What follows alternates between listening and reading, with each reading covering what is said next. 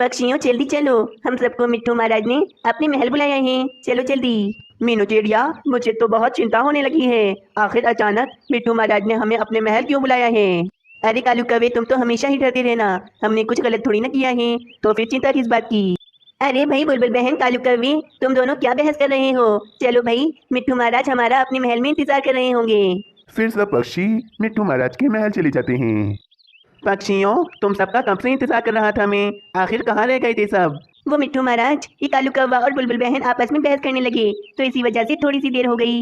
अच्छा मिट्ठू महाराज, अब बताएं ना कि आपने हमें यहाँ पर क्यों बुलाया है? पक्षियों, एक हफ्ते के बाद नया साल आ जाएगा और मैं चाहता हूँ कि हर साल की तरह इस साल भी हमारे जंगल में न्यू ईयर की पार्टी हो। अरे वाह मिट्ठू महाराज, मैं भी यही सोच रही थी। आपकी बात सुनकर तो मुझे बहुत ज्यादा खुशी हुई। वाह वाह मिट्ठू महाराज, हर साल की तरह इस साल भी न्यू ईयर की पार्टी में बहुत मजा आएगा। पक्षियों, इस बार मैंने पार्टी में दूसरे जंगल के उल्लू महाराज और कुछ पक्षियों को भी बुलाया है, ताकि बहुत बड़ी पार्टी हो। हमें इस पार्टी के लिए बहुत सारी सजावट करनी होगी और मीनू चिड़िया, हर बार की तरह इस बार हैप्पी न्यू ईयर पार्टी की सारी जिम्मेदारी मैं तुम्हें सौंपता हूँ। ठीक है मिट्ठू महाराज, मैं सारी तैयारियां कर लूंगी। बस फिर सारे पक्षी वहां से चले जाते हैं। पक्षियों, मिट्ठू महाराज ने सारी तैयारियां मीनू चिड़िया पर छोड़ दी हैं। मीनू चिड़िया खाने का सब कुछ देख लेगी और बाकी सारी सजावट हम सब पक्षी मिलकर देख लेंगे। मीनू चिड़िया, हर साल हैप्पी न्यू ईयर पार्टी की सारी तैयारियां तुम करती हो, परंतु मैं चाहता हूँ कि सब पक्षी मेरे पास पैसे जमा करवाएं और मैं ही सारी तैयारियां करूँ। वो तो ठीक है तोते, परंतु तुम सब अच्छे से कर लोगे ना? मीनू चिड़िया, तुम चिंता ही ना करो, मैं सब कुछ अच्छे से कर लूंगा। तो ठीक है पक्षियों, इस बार सब अपने अपने पैसे तोते के पास जमा करवा दें। तोता सारी सजावट की चीजें भी खरीद कर ले आएगा और खाने के लिए केक भी तोता ही खरीद कर लाएगा। ठीक है मीनू चिड़िया, हम सब पक्षी अपने अपने पैसे तोते के पास जमा करवा देते हैं। थोड़ी देर के बाद सब पक्षी अपने अपने पैसे लाकर तोते को दे देते हैं।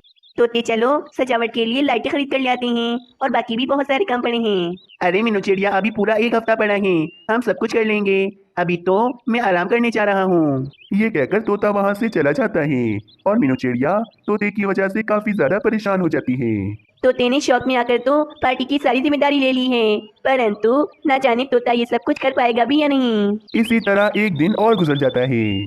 मीनू चिड़िया, तोते ने हैप्पी न्यू ईयर पार्टी की तैयारियां तो कर ली है ना? नहीं कालू कौवे, तोता तो अभी तक आराम से बैठा हुआ है। अब मुझे ही उसे बोलना पड़ेगा, वरना उसकी वजह से मुझे मिट्ठू महाराज से बहुत बातें सुननी पड़ेंगी। फिर मीनू चिड़िया गुस्से में तोते के पास चली जाती है। तोते, बस जल्दी से चलो मेरे साथ सजावट के लिए लाइटें खरीदने। अरे भाई मीनू चिड़िया, तुम गुस्सा क्यों कर रही हो? बस मैं जा ही रहा था और तुम्हें मेरे साथ जाने की कोई जरूरत नहीं, मैं खुद ही सब कर लूंगा।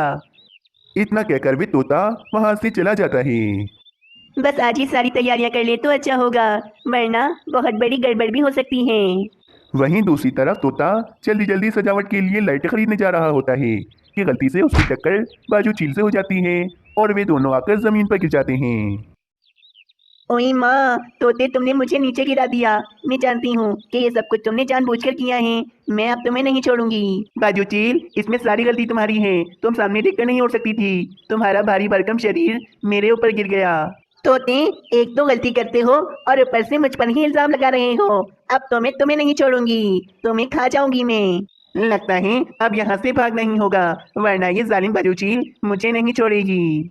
बस फिर वे तोता फौरन वहां से भाग जाता है। अरे रुक जा तोते, कहाँ भाग रहा है? मैं तुझे नहीं छोड़ूंगी। एक तो मुझ में अब उड़ने की भी हिम्मत नहीं बची है। बाजू चील तोते को पकड़ने के लिए उसके पीछे भागती है और तोता काफी देर तक चील से बचकर उड़ रहा होता है। कुछ देर बाद तोता ज्यादा उड़ने के कारण काफी ज्यादा थक जाता है कि अचानक ही वे तोता नीचे गिर जाता है।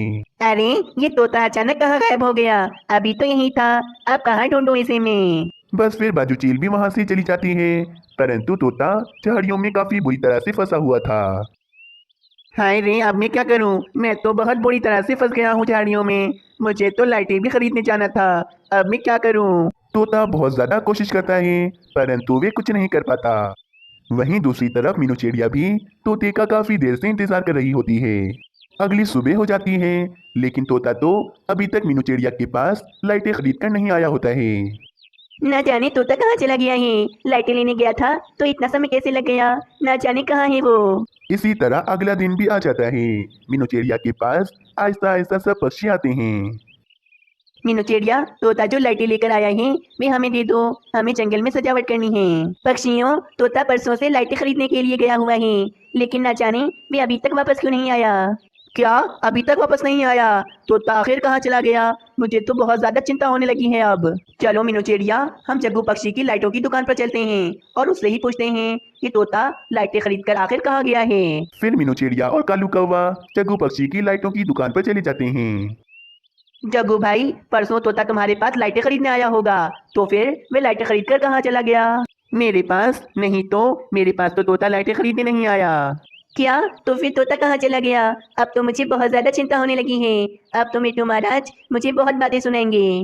फिर कालू कौवा और मीनू चिड़िया गुस्से में सब पक्षियों के पास जाते हैं। पक्षियों, वे तोता लाइटें खरीदने जग्गू पक्षी के पास गया ही नहीं था, ना जाने तोता हम सब पक्षियों के पैसे लेकर आखिर कहाँ भाग गया है। मीनू चिड़िया, तुमने उस तोते पर सारी जिम्मेदारियां डाल दी थी, और तो और उसे काफी सारे पैसे भी दे दिए थे।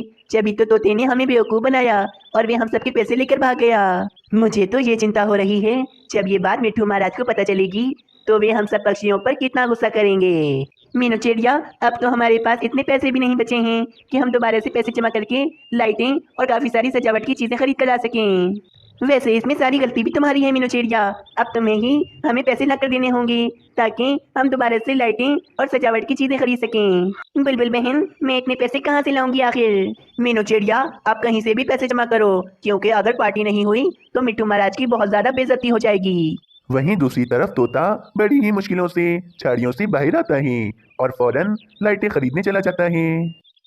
तोते, तुम कहाँ थे? हम सब पक्षियों ने तुम्हारा कितना इंतजार किया, आखिर तुम कहाँ चले गए थे?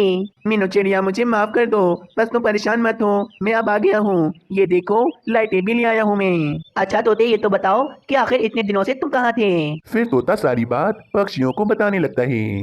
अच्छा चलो, शुक्र है कि तोते तुम वापस आ गए और लाइटें भी आ गई हैं। चलो अब हम अपना काम करना शुरू करते हैं। अगर आप सबको इस कहानी का अगला भाग देखना है तो कल तक का इंतजार करें। और ये वाला भाग आप सबको कैसा लगा हमें कमेंट में जरूर बताएं। मीनू चिड़िया और सोनू चिड़ा आपस में पति पत्नी थे। वे दोनों अपना जीवन काफी खुशी खुशी जी रहे थे।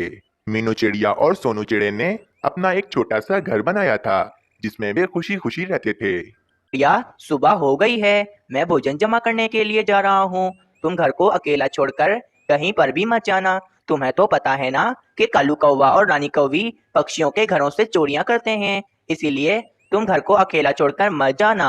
अजी, आप बिल्कुल भी चिंता मत करें, मुझे सब पता है, मैं घर को अकेला छोड़कर कहीं पर भी नहीं जाऊंगी। और फिर वे सोनू चिड़ा भोजन जमा करने के लिए चला जाता है। सोनू चिड़ा भोजन जमा करते हुए जंगल की पास वाली गंदम की फसल के पास आता है और वे वहां से गंदम जमा करने लगता है। इतना भोजन आज के लिए बहुत है, चलो ये भोजन लेकर मैं अपने घर की तरफ चला जाता हूँ। सोनू चिड़ा वहां से जाने ही लगता है कि वहां पर एक चिड़िया आ जाती है। वे चिड़िया सोनू चिड़े को देखकर सोचने लगती है। ये चिड़ा तो बहुत ही सुंदर है, अगर मेरी इस चिड़े से शादी हो जाए तो मेरे तो भाग ही खुल जाएं। चिड़िया जी, आपका क्या नाम है और आप कहाँ से आई हैं? इससे पहले तो मैंने आपको इस जंगल में कभी नहीं देखा। असल में चिड़े जी, मैं आज ही दूसरे जंगल से आई हूँ, लेकिन मेरे पास अभी रहने के लिए कोई भी जगह नहीं है। वैसे आप तो बहुत सुंदर हैं, और आप कहाँ रहते हैं? मैं पास में ही रहता हूँ, मेरा पास में ही अपना एक लकड़ियों का घर है। क्या चिड़े जी, आप कुछ दिनों के लिए मुझे अपने घर में रख सकते हैं? कुछ दिनों बाद मैं अपना घर बना लूंगी। चलो ठीक है चिड़िया, मैं कुछ दिनों के लिए तुम्हें अपने घर में रख लेता हूँ। वैसे भी तुम तो हमारी मेहमान हो और मेहमान को हम कभी भी मना नहीं करते हैं। फिर सोनू चिड़ा उस चिड़िया को लेकर अपने घर की तरफ चला जाता है। चिड़े जी, ये चिड़िया कौन है? क्या ये चिड़िया आपकी बहन है? अरे नहीं नहीं, ये चिड़िया तो मेरी पत्नी है और इस चिड़िया का नाम मीनू चिड़िया है। मतलब इस चिड़े की शादी हो गई है, लेकिन फिर भी मैं इस चिड़े से शादी तो करके ही रहूंगी। इस चिड़े का अपना कितना बड़ा घर है, मैं तो अब इस चिड़े से शादी करके ही रहूंगी। अजी, ये चिड़िया कौन है और इसे आप हमारे घर में क्यों लाए हैं? मीनू चिड़िया, ये चिड़िया हमारी मेहमान है और ये आज ही दूसरे जंगल से आई है। इसके पास रहने को कोई भी घर नहीं है, इसीलिए ये कुछ दिन हमारे ही घर में रहेगी। अच्छा चिड़िया बहन, आप कुछ दिनों तक हमारे घर में आराम से रहिएगा, आपको किसी भी तरह की कोई परेशानी नहीं होगी। परेशानी तो अब होगी तुम्हें, जब मैं तुम दोनों का आपस में झगड़ा करवाऊंगी। मीनू चिड़िया, मैं पास वाली दुकान से एक घोंसला खरीद कर ले आता हूँ ताकि इस चिड़िया को किसी भी तरह की कोई परेशानी ना हो। अगली सुबह हो जाती है। मीनू चिड़िया को काफी ज्यादा प्यास लग रही होती है, इसीलिए वे मानो चिड़े से कहती है।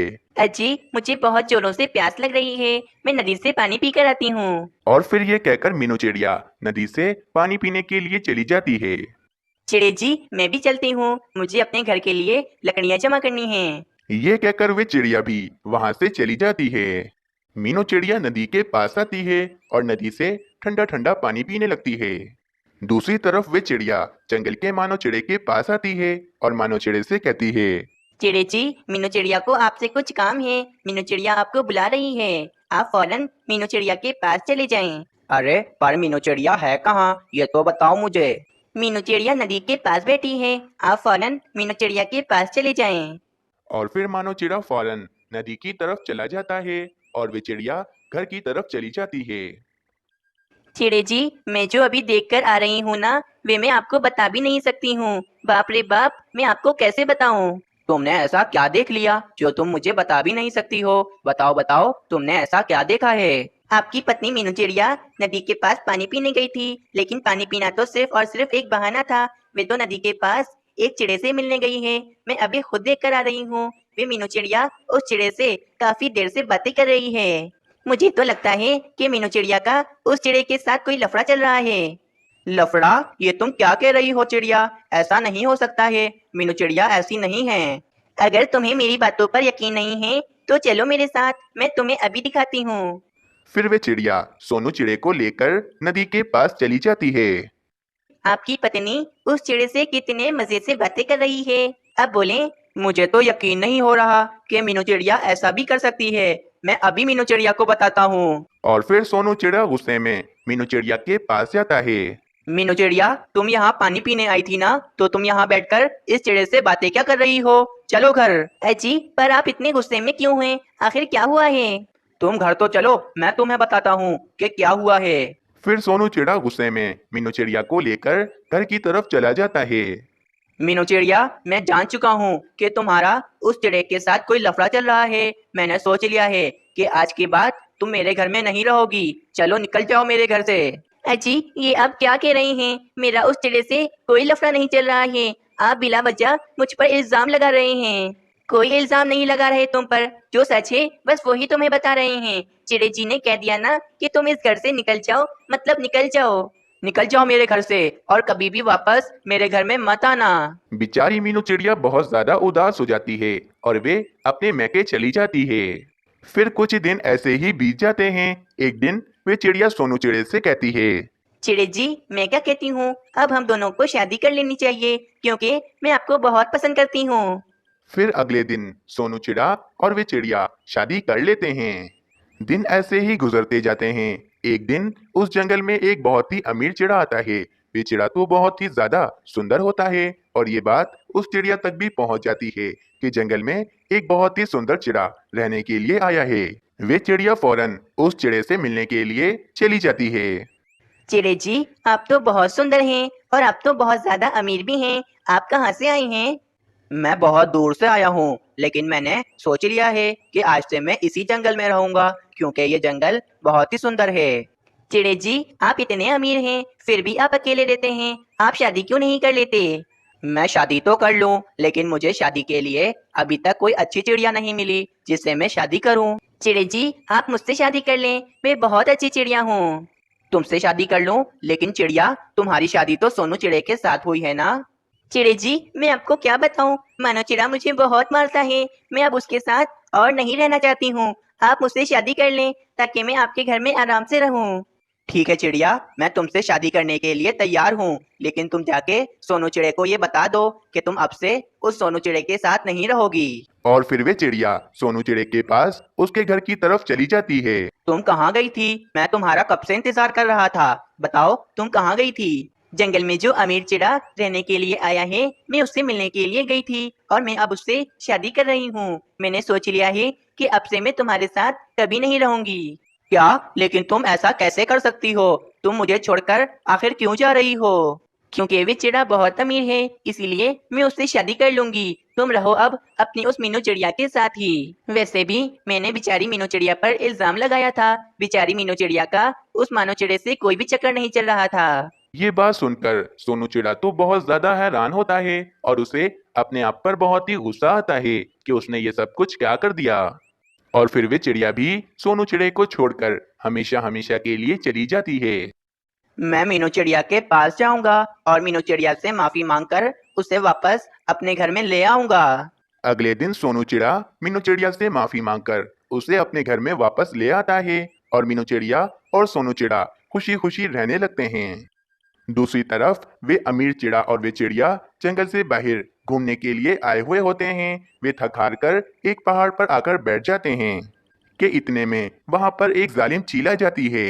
तुम दोनों में से आज तो मैं किसी एक पक्षी का मांस खाकर ही रहूंगी और अपना पेट भरूंगी। चील बहन, आप इस चिड़िया को मारकर खा लो और मुझे छोड़ दो।